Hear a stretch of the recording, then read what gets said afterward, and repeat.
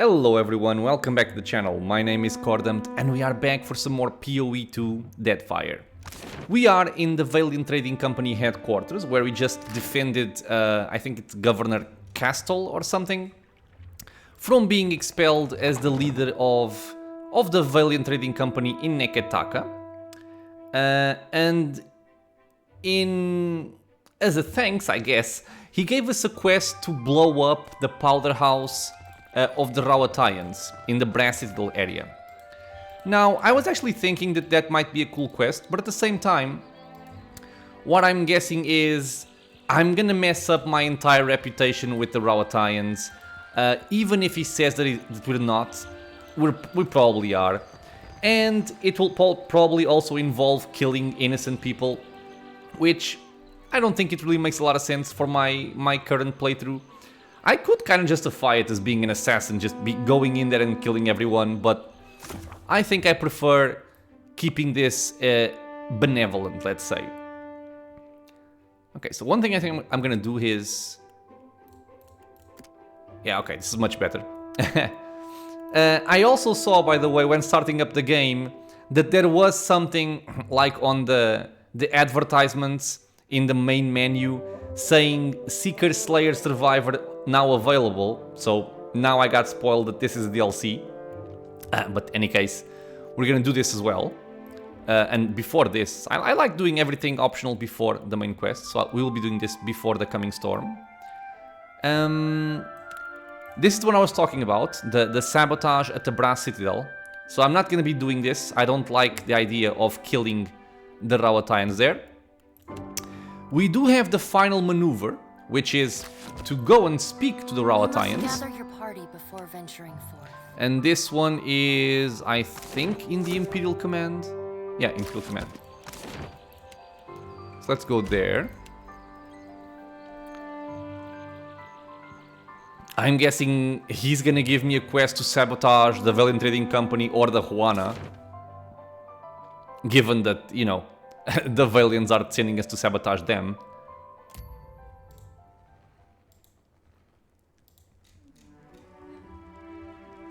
Hello. Rautai needs a reprieve from the storms, and Deadfire needs order. And I need your help more than I like to admit. She bites down hard on the bit of her pipe. Are you ready to join forces once and for all? Yeah, so not right now. We can't wait forever, and I know Aethys won't. She adjusts her pipe. So like I said before, I'm gonna try and do this by myself. I don't want to align with any of the factions. Do you need to control Ukaizo? Couldn't you disable the storms and be done with it? If Ukaizo works the way we think it does, then leaving it for someone else would be about as smart as pointing a cannon at our backs. Talk and compromise may work for you, but we can't risk Rautai on someone else's good intentions. Did I lose the option? Rautai needs a... Are you ready to Oh join no, okay. forces So in case once I and ever for all? wanted to come back here and ally with them, I always have the option We to do can't so. wait forever. Okay. So we are going to leave. But wait, was this the quest? Give me a second. Speak with Hanazui Karu. No, this wasn't Karu, was he? I think Karu might be the one downstairs. Or am I just wrong? No, it was. If I cement my alliance with her, there will likely be no turning back. Oh, okay. So yeah, it was with her. And we will not be doing that right now. So I guess our next step is to go to the Defiance Junior. To speak with the steward and see what he has to say about the Seeker Slayer Survivor DLC. And then we're gonna go for the other quest. For the ship graveyard. I just noticed this button. What does this do? Oh! I did not know that. Okay. Well, this doesn't need to be here now. Because they're at 100 morale. Okay, kinda got lost in thought here. So where do I want to go? I want to go to my ship. Speak to the steward.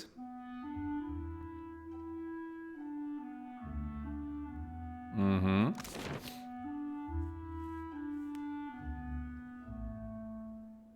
I don't think I've even seen the inside of my new ship.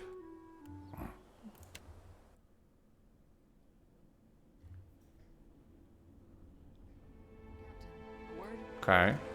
Ooh, yeah, so we have the custom sails. Well, not custom, the new sails. And we have the thingy, the mast, I believe. Wait, why are you here?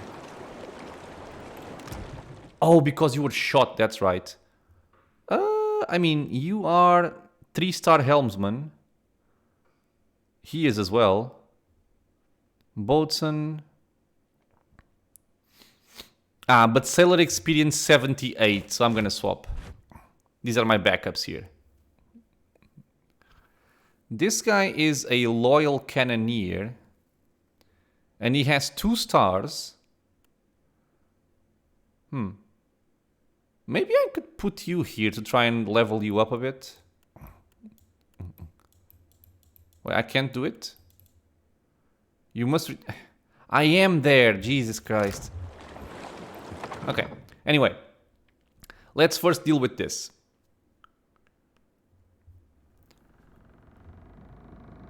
A moment of your time, Watcher, if you will. The steward of Kednua's voice rises soft and evenly from her cracked bust. Yes, steward? Some of the hands discovered an unusual crate in the ship's hold. How did the crate get onto my ship unnoticed? Unfortunately, the ship lacks the defensive fortifications of Cadnua. A crate could have been slipped aboard at any of our ports of call, assuming it wasn't placed among our goods as we took on supplies. What kind of crate? It is roughly a yard to a side and labelled beans. The hands who noticed it were tasked by the cook to bring up ingredients for the evening's stew. No beans in the crate then. A wave of affirmation rolls from the steward, the spiritual equivalent of a nod. Thank you, steward. I'll go see what it is. The hand left the crate in the hold if you wish to examine it. The bust falls into silence. Okay. Ooh, yeah, we have a pretty captain's quarters here. Not quite like the open ocean. Yeah, she doesn't say much, sadly. And this ought to be the crate. Yeah, look at my menagerie. Which is, of course, what it there is. I love it. Chauncey, are you happy here, Chauncey? I hope you're happy here. Okay. Oh, he's just with me. He was just saying hi to his friends. Okay. So, let's open this crate. I'll see it. The scents of food, salt, spices and drink mix with the stale odor of old grass, the musty stink of rats, and the ever-present fragrance of the sea. Rats are not nice. The Defiant Junior rocks gently and you hear faint whispers, likely the quiet brushing of the winds against the sails. Not far in, you find the crate in question. Its sides split by crowbars, the dry grass used as packing material spilled across the floor. Within stands an intricately crafted chest of some dark tropical wood. A polished visage peers up at you. A triumvirate of wild animal faces carved in the swirling Juana style. So this, I'm guessing. Like a piggy, a lion, and... looks like a spider? The front of the chest bears an iron latch affixed to a complex iron mechanism that runs the top 4 corners of the chest. You see no bolts or keyholes. Let's examine the carvings here. Oh, Watcher only. That's not gonna work then. I can try. But of course I failed. The 3 animals seem to be a spider, a stelgar, and a boar. You don't know if they have any greater significance. Maybe Gallowayne? Ah, Shodi's nose wrinkles at the image. I reckon this might be the Juana hunting god, like Gallowayne, but not exactly. Let's examine the latch. This one my Watcher can do. The clever mechanism ensures that the box remains tightly sealed. There is no lock and no trap. You should be able to open it safely. Okay. You turn the latch to the right and a series of metal arms shift with it. The clasps holding the top of the chest come free and you easily lift the lid. Laying... Oh god. Laying within, cradled by dry grass, is an Almawan head, the mottled flesh of its neck raggedly cut free from the rest of its body, wherever that might be. Shoti peers out on the grim cargo. I can't say I was expecting a head, not even a little. Want me to fetch my lantern? As you peer down at the head, you feel a strange prickling sensation along your skin. Soul energy rises from the crate, throbbing in the air in time with the beating of your heart. It begins to take shape before you. You can see me. It's really you then, the captain of the Defiance. Muatu. It's a Defiance Junior, but yes. Oh, this is fantastic. How satisfying it is to know one did not give one's life in vain. Oh, you did this willingly? I come from the island of Kazuwari, and we need your aid. Who are you? Me, Muatu, formerly of the island of Kazuwari, presently of the Beyond. So how did you come to be dead? An unfortunate side effect of encountering a swiftly moving blade at roughly shoulder height. Yes. I don't appreciate this forced, edgy sarcasm. We had to get a messenger to you, but we couldn't let me be seen leaving Kazuwari. An inelegant solution, maybe, but an efficient one. Why couldn't anyone know you left? The people of Kazuwari are, wary of the uninitiated. For good reason, of course. I came from Kazuwari, where the most skillful hunters, the most hardened explorers, the deadliest warriors all gather to earn the favor of Tawamawai. If this guy says once more that he came from Kazuwari, I'm gonna kill him again. Tawamawai. Worshipped primarily by a small subset of animist Almawa natives to the Deadfire, Tawamawai, sometimes called the Faces of the Hunt, has been generally conflated with Galawain by travelers from outside the archipelago. But Humaire, the island's caretaker, says the essence that sustains the island has sickened. Curdled, she called it. The animals, the trees, they all churn with anger and fear.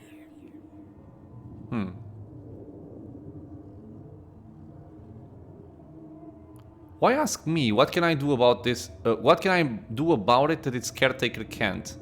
We need a watcher. No one else can talk to souls, Humaire said, and souls are our problem. You're a watcher, right? The watcher, the one who died and lived again, who speaks to the gods. That's the watcher we need. More like get spoken at by gods. I knew it. I knew Humaire wouldn't have lied.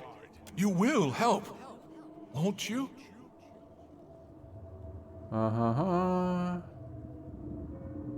I'll help if I can. What do you need me to do? Oh, that's fantastic. Thank you. Speak to Humaire at Kazuwari, Watcher. She'll be able to better explain the situation than I am. Where is Kazuwari? Kazuwari's a huge island west of Hasango. It's pretty hard to miss, what with the high cliffs and waterfalls. And I missed it? There's one thing you should know. The Faces of the Hunt jealously control who enters and leaves the island. Okay. But there's a waterfall on the southern side of the island that will allow you to sneak in, so long as you're circumspect. I guess you should also know. He grimaces. The island's residents might not take too kindly to your presence if you're found. They're, prickly bunch. But I'm sure that won't be a problem for you. Before you have a chance to respond to the spirit's warning, you notice Constantine hovering nervously behind you. Did you need something? No, you know, I just... He clears his throat nervously. Thing is, I might know something about that box there. A little more than something.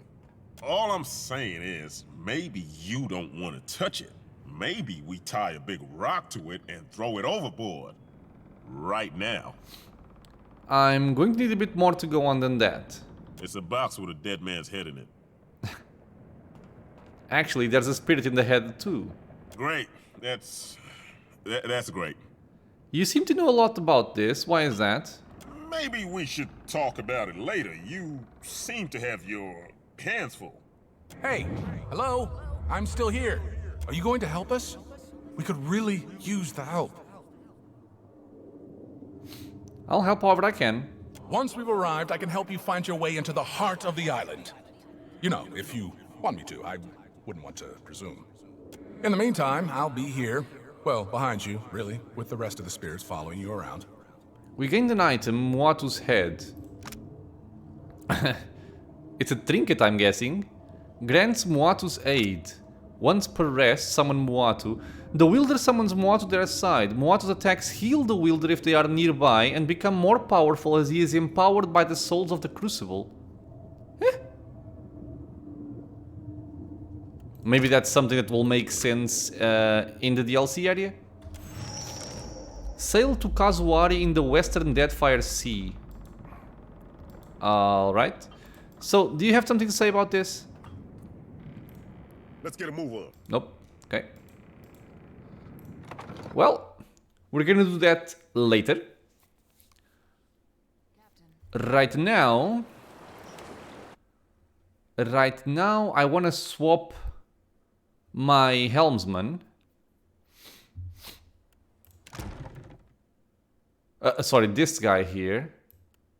Oh my god, man. Okay, go there.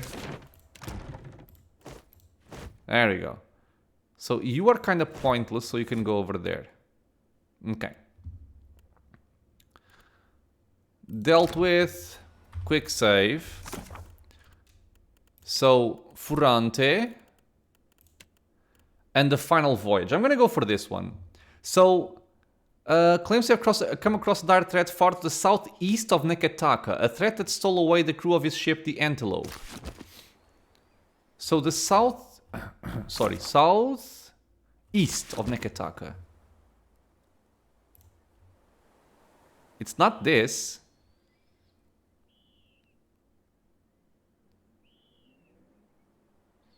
Wait.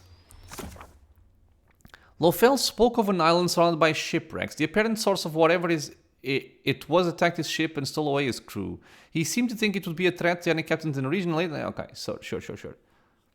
So, not much to go by. Just an island to the southeast surrounded by shipwrecks.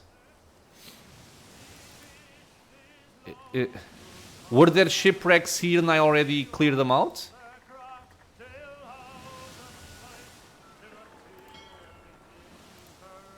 How can I know if I'm on the right one?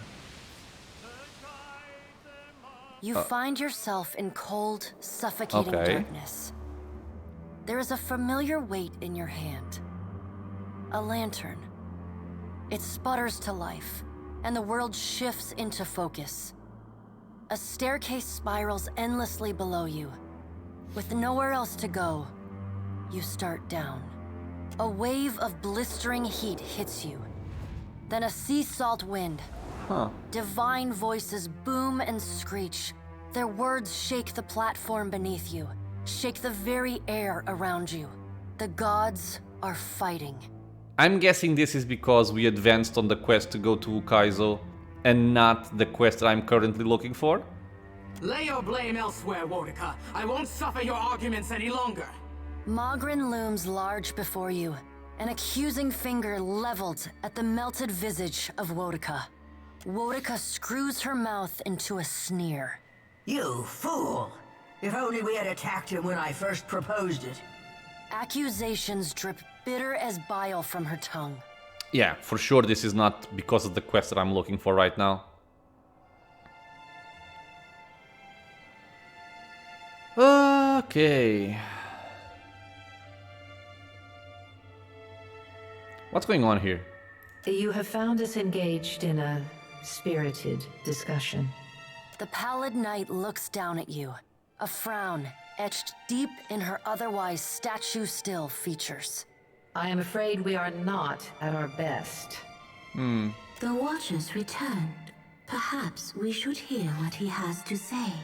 Helia's birds chatter anxiously among themselves. Wal's many eyes alight on each god in turn. We make little enough progress on our own. Progress? Are you planning something new? We try, but agreement eludes us. Andra's storm-dark eyes swivel to meet yours. Is there nothing we can do? Magrin glances at the pallid knight from the corner of her eye. After a thoughtful pause, she speaks. The time has come for us to seize the power we have long left untouched and absorb our scattered children. Andra nods, her lure bobbing bright. Terrible though it would be, perhaps you are right. They want to absorb the souls? Didn't Magran mention this once before? I did, and I was scolded like a child for my terrible audacity. A curl of steam rises from her nose. The pallid knight looks on, impassive. Should we be killed, we may possess the bodies of our godlike children. Or should we face a force too powerful to stand against, we can absorb their souls, granting us additional strength. Oh, wait. Should we be killed, we may possess the bodies of our godlike children. Or should we face a force too powerful to stand against, we can absorb their souls, granting us additional strength. You mean Palagina and Tekehu? Helia's wayward daughter and Andra's precious son, yes. They would die. Them and thousands of others. The pallid knight speaks with the chilly temperance, possessed only by the god of death.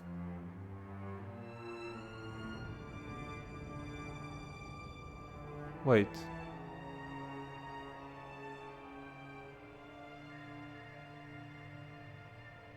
Who's good? Yours?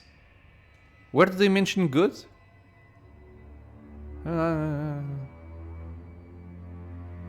That's horrible. They are our children. They belong to us. It is their birthright and their destiny. No. But the time for that plan has long passed us by. Ah, good.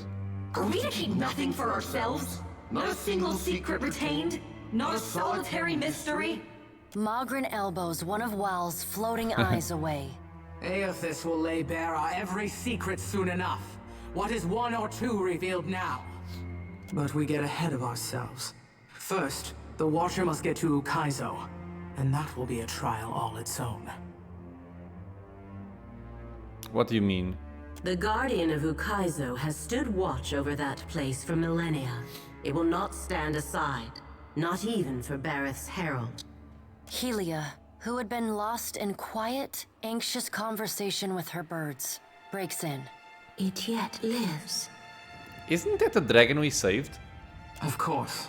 Our progenitors crafted it. A pair of Helia's finches come to join Wal's floating eye. They hover just out of Magrin's reach and swoop in to poke her when she's not looking. And the Watcher will be forced to reckon with it if he wishes to confront Aethys. The birds at last linger too long, and Magrin slaps them away. They burst into a cloud of essence, then reform, and fly in a screeching chorus back to Helia. This guardian is but one more thing that will fall before me. No, Guardian of Ukaizo? A creature crafted by the Ingwithans to protect the machinery of reincarnation. It doesn't care much for visitors. Will you divulge our every secret to the Kith, Magrin? Shut up, Well. Magrin shrugs. If it suits me. Go prepared, Watcher. The Guardian will not stand aside, not even for the Herald of Bareth. So, I have to fight the Guardian of Ukaizo. Any suggestions? Where's the challenge in that? Magrin's black teeth shine. You met my challenge at the Searing Falls without hesitation, after all.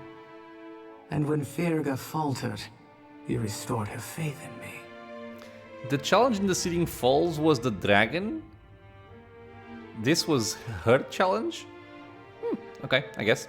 There is another topic we have yet to address. The pallid knight holds up one gauntleted hand, and the other gods fall silent. Tell me, Watcher, where do you stand? What do you think of Aethys' scheme to destroy the wheel? I mean, I don't really know. It's a long time coming. Kit will finally know what a bunch of frauds you all are. Fair. With the gods' guidance, we might survive what Aethys plans.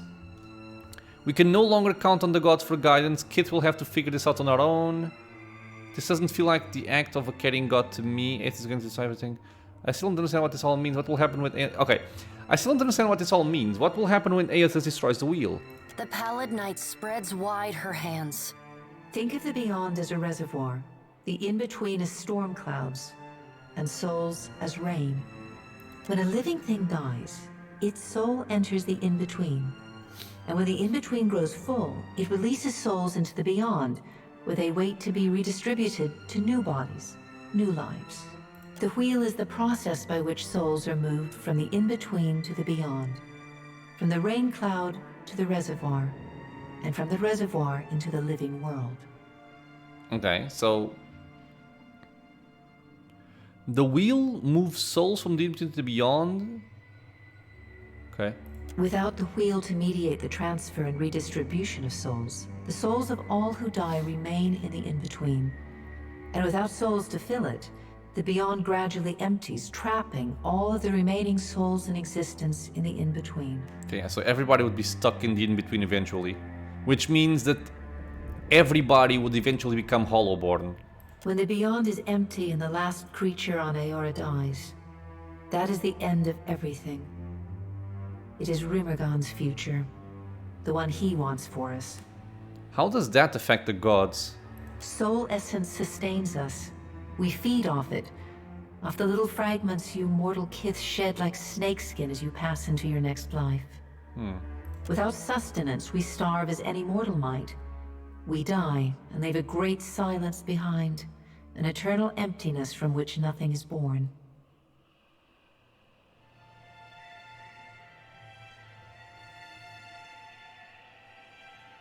Nod. You see then that we cannot help but argue. The fate of life hangs in the balance, and we are as ever beholden to our natures. Tell us, Watcher, where do you stand?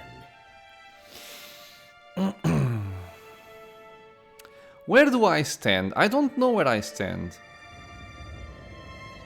So, Kith will finally know what a bunch of frauds you all are. This is kinda true. But at the same time, if he breaks the wheel, then the world will end. I don't think I want the world to end, right?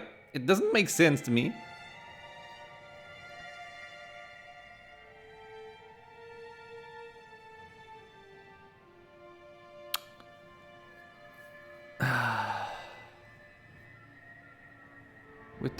I don't know, man. Is there a way to remediate the breaking of the wheel? Maybe creating a new mechanism, something like that? Well, Aethys is gonna destroy everything, right? So this is what I'm thinking. The world will end. There's no other argument here. This makes sense to me, but I mean, if there is no wheel, the Kith will not figure this out. Or maybe through animancy.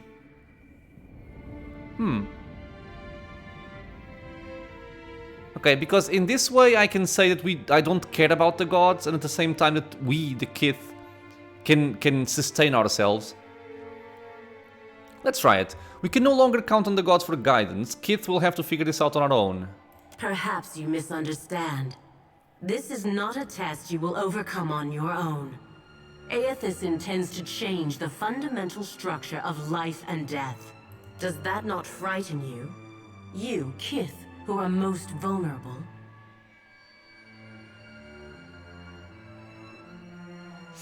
Not so sure about this one.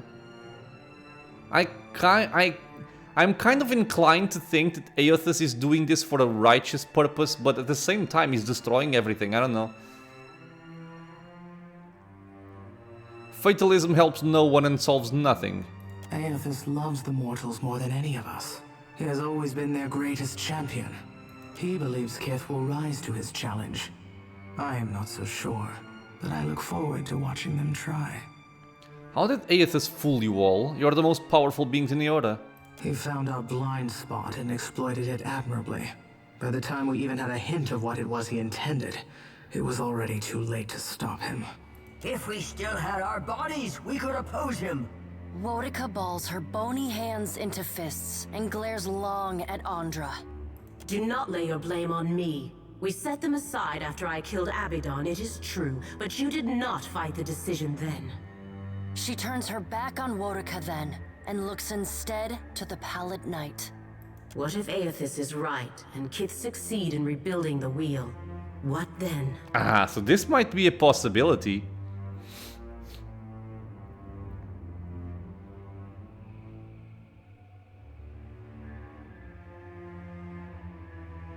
We'll remake our world without you in it. Such hubris. Kith will make a mess of things. You cannot help yourselves. You must be controlled, lest you stray and fail. Shut up. And what if they fail? Then they die. And so do we. We have to help them. Helia's voice rises, near to panic. Now that's a good suggestion. Help the Kith. Wotica drives her fist into her hand. Help them! We should finally bring them to heel! The Pallid Knight raises a hand and stares at Wotica until she falls silent. Watcher, Aethys yet values your counsel. The Pallid Knight's eyes bore into yours. An impassioned plea from the Hound of Aethys may still temper his actions. Confront him at Ukaizo.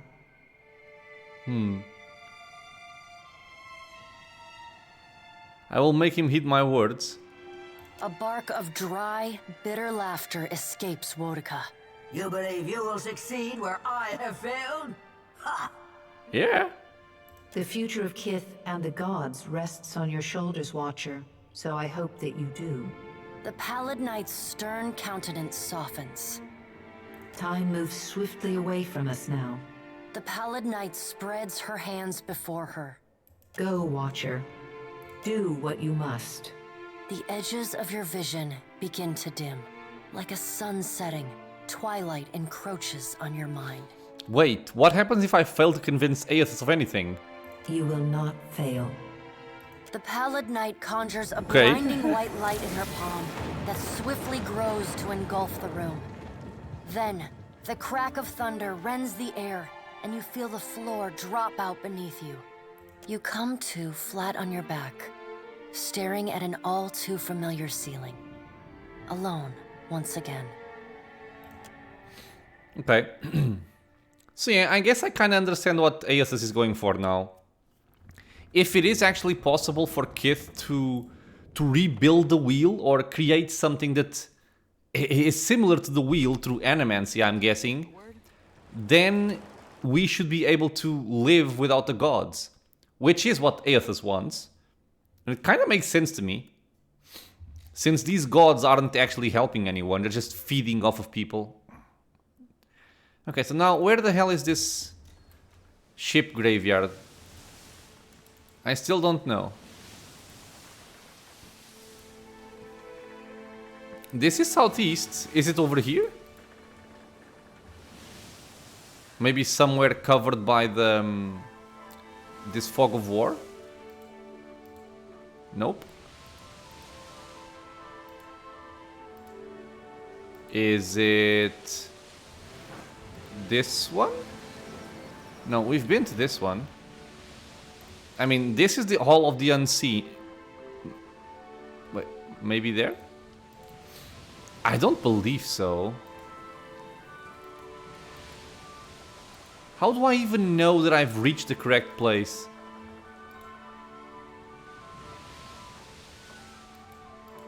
Okay, so not here either. Not here. This is Tikawara. We've been here already. I mean, is it this one? Maybe I came here... No, this was part of mapping the archipelago. What the hell? Okay, let me see if it's this one. Maybe there's something else to do in here.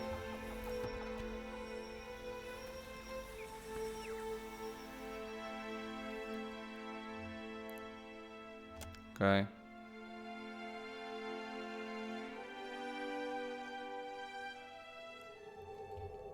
My party formation got messed up for some reason. I hope you're not expecting much.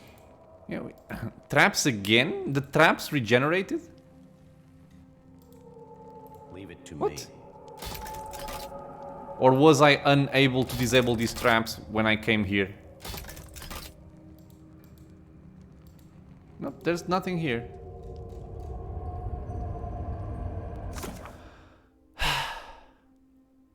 An island surrounded by shipwrecks. The apparent source. A peculiar captain. Far to the southeast of Neketaka. Ah, okay. So far, maybe they mean like the edge of the map.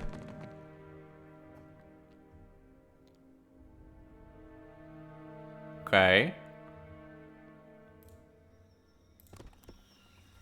Because I haven't explored this yet. That would be the southeast.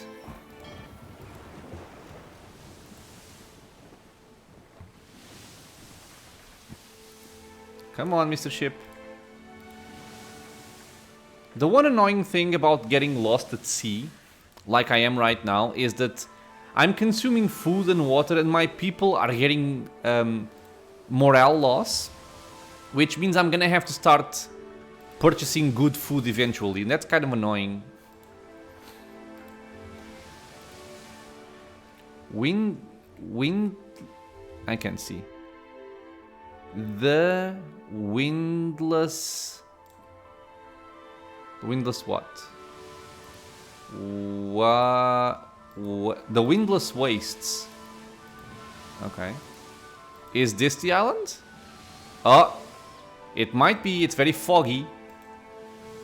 Okay, might as well just explore this bit. Yeah, okay. So now makes sense. Just clearing out the map. Okay, let's quick save. Splintered Reef. What is this?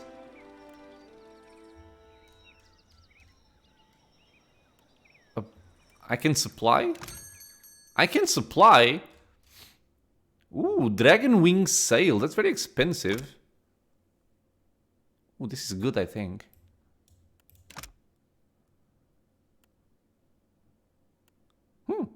These are good for fighting. Gimme.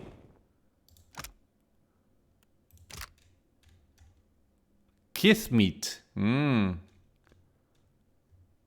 I guess I need water. Let's purchase like 500.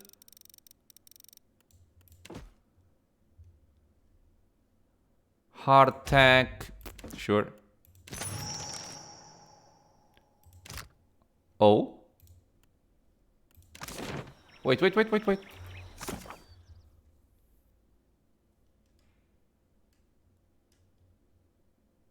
Oh, I've acquired the Dragon Wing sails. Their unmatched toughness will withstand the fierce winds of Wondrous Mortar better than any other in the Deadfire. Okay. Well, that's silly, but okay. Well, let's explore the boathouse. You encounter a veil of thick fog. Well, unexpected, but... Ooh, the lantern. A series of flimsy docks connects scattered stretches of dry land. On all sides you are flanked by the hulks of splintered wrecked ships. A thick fog sits upon the water, obscuring the path in all directions. The only sounds you hear are the lapping of water and your own footsteps upon the narrow, rotting planks. The eerie quiet is broken by the barking of a dog, somewhere off to your left. Let's whistle for the dog. Your whistle is... Oh, crap. Your whistle is met with renewed barking, and then a sharp whine, abrupt and shrill. After several moments of silence, you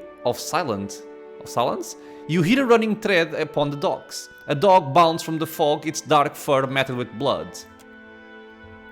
Two figures stumble after the hound, their maws stained red. Out of the fog they are revealed for what they are. Withered, rotting human, only in silhouette. Dargools. They halt, swaying at the sight of you, but make no further move. From the darkness of the fog, a third robed figure emerges, a twisted staff raised high in their hands. A flash of light emerges from the staff. As you look on, runes seared into Dargul's foreheads flare to life, glimmering like beacons in the darkness. Snarling, the Dargul's rush for you, their blood-slick claws slicing at the air. So they have like a necromancer here? Okay. Search for remnants of the antelope. Okay, so a necromancer, 3 dargools, and a gravehound. Oh, it's a vampire. Dargul, swashbuckler, marksman. Okay. This bug again. Okay. Just go there.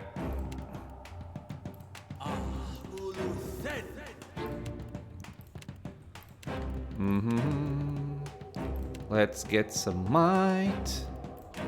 Let's get some chill fog.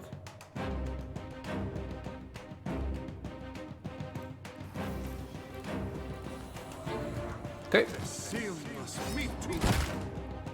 Okay, Doggy is basically dead. Mr. Piggy, go fight the Dargul. Well, Dog's done. This bitch is trying to blind Aloth. Okay, Shodi, let's get some accuracy going here. And Aloth, I think you can just start, like, tossing out Chain Lightning. Sure. Okay, my rogue is gonna start killing this vampire here. We're gonna go for a blind, followed by a bleed. Eder has got this guy here. Oh, he jumps. I see. He blinded me. Okay. What is my rogue? Oh, okay. I fell down. Piggy, hit. Lightning. Change of... Why can't I cast... Oh, because I'm blinded. Right. Okay. So, same plan. Blind and bleed. And let's actually remove the blindness here. That's better. He has a lot of hit points. Okay, you guys are annoying. Okay. Do that.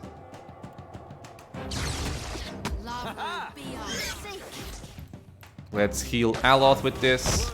And let's put the symbol of Aethys over there. Blam blam. We're gonna finish this guy very soon. There we go. Oh, okay, so Takeo actually ate a delayed blast fireball to the face. What can I do, you alright? Okay, dude. A vampire quarterstaff. Superb. Oh, grants grave command. 2 per rest. AoE, frightened and charmed. Calls upon the power of the grave, charming vessels and frightening any kith in the area of effect. This can actually be a very powerful tool.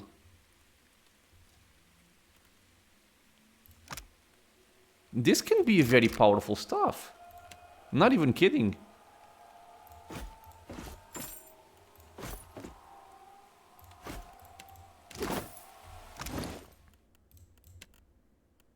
Yeah, you're not even using this, so take that. What can I do you for? Everything is most things are superb. All right. Okay. It's like a brief combat encounter here. What else do we have?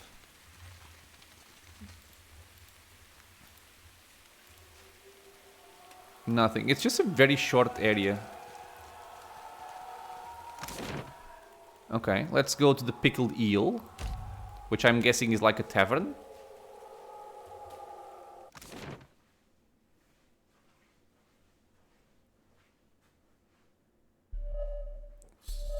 Oh. What? Friendly skeletons? Okay. It is a tavern. Looks like we have someone new in town. What am I playing, man? Is this Fallout? Just arrived. I'll wait you there? first. How are you up here? Up on the balcony, a tall and lanky figure waves frantically for your attention. That done, he ducks down again behind the railing. It is not an effective hiding place. None of this is apparently stealing. They have a skeleton bard. I love it. I gotta be careful not to click on this. A bunch of lost cat. Bonnie.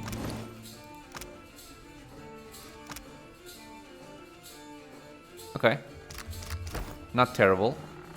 Do you speak? Well, hello there. She has a brand on her forehead. The woman greets you with a cheery smile, the effect of which is marred somewhat by her only having half a face. She scrubs unperturbed at some glasses. Guessing you just came in. As she speaks, you notice a strange mark upon her forehead, a kind of symbol or rune.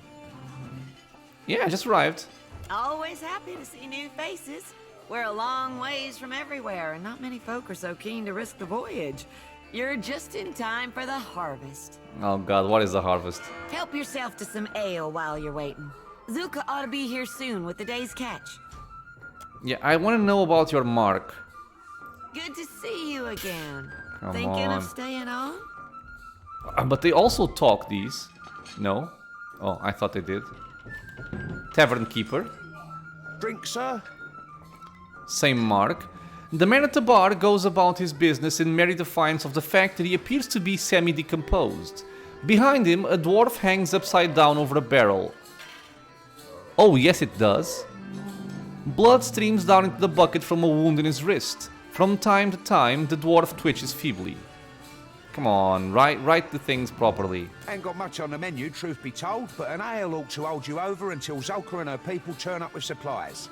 Then you can enjoy the catch of the day. I'm guessing the catch are people. Here, newcomer. First drinks on the house. He pours from a nearby pitcher, filling a goblet with an unmistakably red liquid, thick and dark. The coppery odor hits your nostrils with force. The barkeeper slides the goblet across the bar towards you. I can use Constitution to drink it. Are you mad? I'm not drinking blood. What? How dare you? My ale's the best in the Deadfire. The barkeeper snatches back the goblet, fixing a skull on you that's all the more horrific for his grisly aspect. Getting to like the place? We can always use another set of hands around here. So, what'll it be? Okay. Is this catch of the day anything like what's back there behind you? The barkeep pauses, looking over his shoulder. When he turns back to you, it's with an expression of utmost confusion. Well, unless you've encountered some magical isle where wild barrels of ale roam free, I don't see how. Never had the good fortune to fish up a cask myself. Don't worry.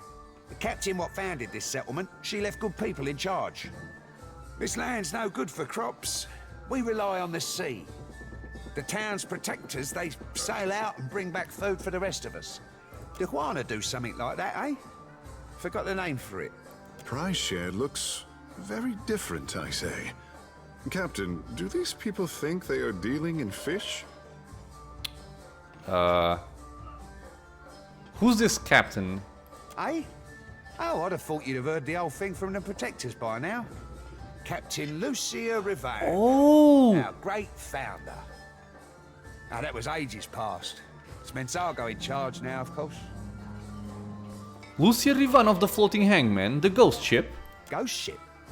Why, it was crewed up like any other. Don't let the name frighten you. Rivan's founded a bright little community here in Splintered Reef. You'll see. Once you settle in, you'll thank her. Menzago too. I like his voice actor. I like the image. I'm liking where this is going, and I like the idea of this. Who is Zolka? One of our protectors. They guard the settlement from harm and sail out in search of supplies. The man in charge is Menzago. He keeps a watchful eye on things from the tower atop the hill. Okay. Who is this Menzago? One of the very first settlers, from what I've been told. Truth is, I haven't seen much of Menzago these days. He must be busy now that the town has grown so large. I'm gonna go for this first, then I'm gonna and then I'm gonna go for this one. I may regret this, but do you have anything for sale? Modest offerings, but you're free to have a look. Oh! A Gravehound pup. 10% more damage against with melee attacks, but against vessel targets, and minus 10% corrode damage taken. I'm gonna purchase him just because I want to save him. Ghoul skin sails. Wow. Kith meat, vessel flesh, Vitrak brains. These are actually rare, I think. Corpse loaf. Forbidden flesh pie. Wow, and brutish blood. I can retrain my characters here as well. But I cannot rest. Funny enough. Well, quick save and let's go for this. The place. So, what'll it be? I find it strange that no one's tried to eat me alive yet. Turned up with an appetite, did you? Well, if Zolka don't turn up with the fish soon, I'll be hard-pressed not to consider it myself. Also, they do eat fish. He chuckles to himself, enjoying the joke. Okay, I can't do anything for the dwarf, apparently.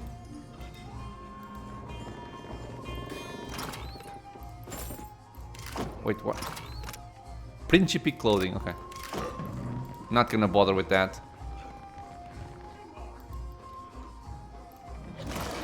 Okay, so who are you, Mr. Copperhead? Good, good. I thought for sure you'd wander off. Get yourself into trouble. The man before you, or creature perhaps, has his skin is as grey and withered as that of the other patrons, wears a helmet 2 sizes too large for him. It tips from side to side as his head moves. I'm Copperhead. That's what they call me. Friendly nicknames. You know how it is. I know you're different from the others. I can see it. Okay, so we can use perception. What are those strange runes? Everyone in here seems to have one. Oh, right. Have a look. He tips the helmet back just far enough that you can start to see the outline of a rune upon his forehead. But not you, eh? You stick out like a cat in a kennel. He simpers nervously, eyes darting left and right. I will say they did an amazing job on voice actors for a lot of the characters in the game. It's not safe here. Not where everyone's looking, listening. I have a house, out on the outskirts. They don't mind me keeping to myself. We can talk there. Okay, very well, I'll meet you there. Look out for the ones in charge. Them with the staffs. They spy you, things will get bad in a hurry.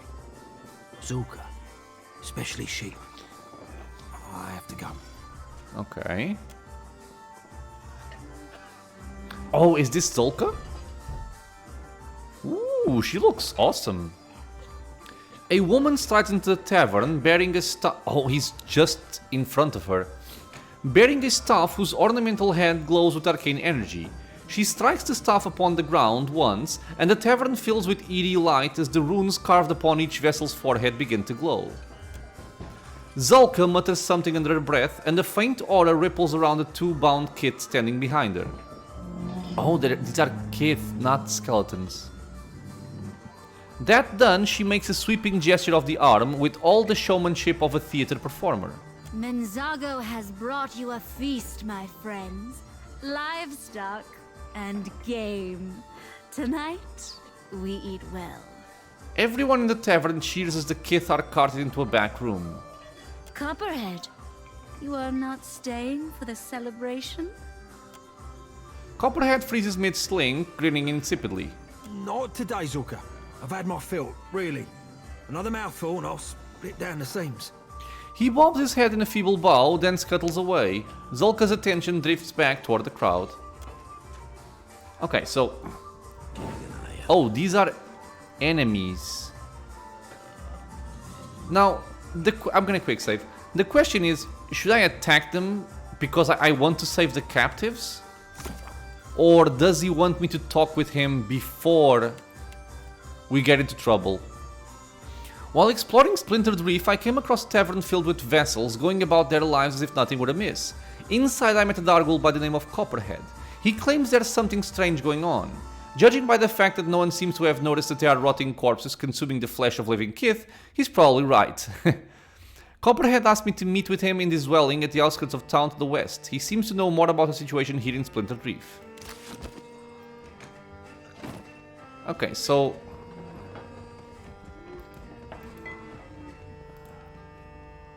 Okay, so I seem to have time to deal with this. So I'm gonna try and talk to this Copperhead fella before coming back here. Okay, let's wait for her to pass. Lady, can you move?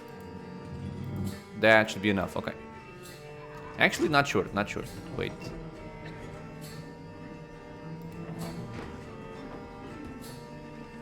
Okay. Now we can go.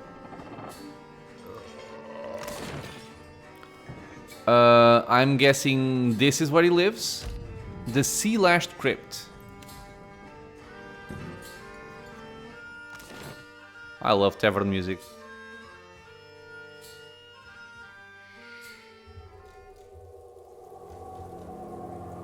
That's a skeleton, but I cannot interact with him. Oh, enemies... Oh, he's over there. Vampire. Okay, wait. To meet him in his dwelling at the outskirts of the town... Oh, to the west. Okay, wait. So... Technically it should be here, right? Where we were before. Ah, okay. So before I wasn't actually in this house. I was just like ambushed on the street. Okay. So this is his house. Copperhead. What do you have, by the way? No. What is this? Good, you're here. A lonely doggy. Nikki. 5% of his convert to grazes and 3 accuracy with melee weapons. Deadeye. These cuirasses have been picked over for parts. The pages nearby are covered in scroll designs for a helm. Rainwater has gathered in these jugs, and these in turn fill the ship with their briny odor. Each blade is pitted through with rust. Okay. Over here. Over here. Mind your step. I've collected things. Spent years collecting. He waves a hand vaguely at the collection of the traders that lines each surface and corner of his makeshift abode. I've always been curious. There are so many ships out there on the reef. I could dive down, see what I found. It was beautiful down there. 100 stories, and I read them piece by piece. Nothing like the helmet. And nothing's been the same since the helmet. I put it on. I get glimpses of what this place really is. Oh, because what? Because it covers the rune? He leans forward, looking left and right with conspiratorial glee. Because the stuff we picked up commanded vessels. Maybe if it's covered, it has no power over him? A ship's graveyard, teeming with the dead. The not dead. They're still alive. Let me take a look at that helmet. No, I won't go back to before. My head all cloudy. If I take it off, I'll go back into the dream. Okay, Copperhead clutches at his helmet, tugging it down around his ears. You hear a muffled growl from within its depths. Okay, so you can use Arcana. Fine, just hold it still while I look at it.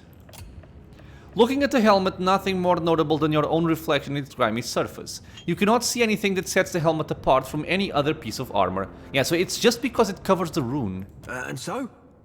What do you see? Despite his initial protest, Copperhead sounds excited to hear your results. I can't see what's so special about it. Yeah, well, the dream only works on folk what have this symbol on their Yeah, heads. I knew it. I didn't see it till I got the helmet on. And all of us, dead, or something like it, feeding off the living to stay alive a little longer. So we can use insight. Not something you'd want to wake up to. Why would anyone go through all that trouble to keep a town full of dead people trapped in an illusion? Yeah. I can't see as to what we've been charmed for, but I know it's got something to do with the crypt. That's where Mentzargo is, the man in charge of this place, and where Lucia Ravan's old keep used to be. Okay. Anytime new settlers turn up, they come out of that place. When they start to lose their senses, get too hungry, that's when they get taken. The strongest get fed to Menzago's most loyal servants, the protectors. The rest of the kith, they bleed slow in the tavern. Once in a while, the protectors treat us to a whole body. Copperhead hangs his head, trailing off. Point is, whatever they're doing to keep us living in this little fantasy, it's got to be in there somewhere.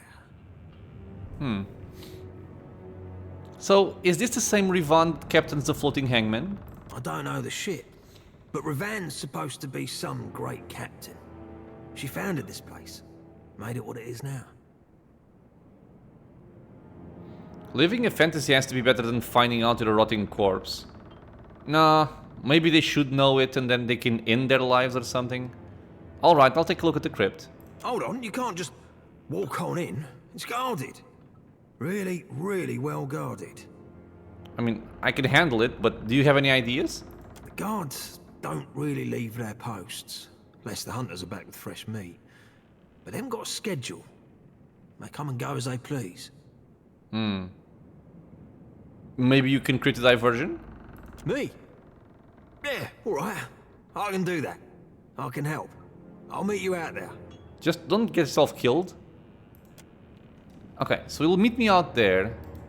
The quest didn't up... Oh, it did.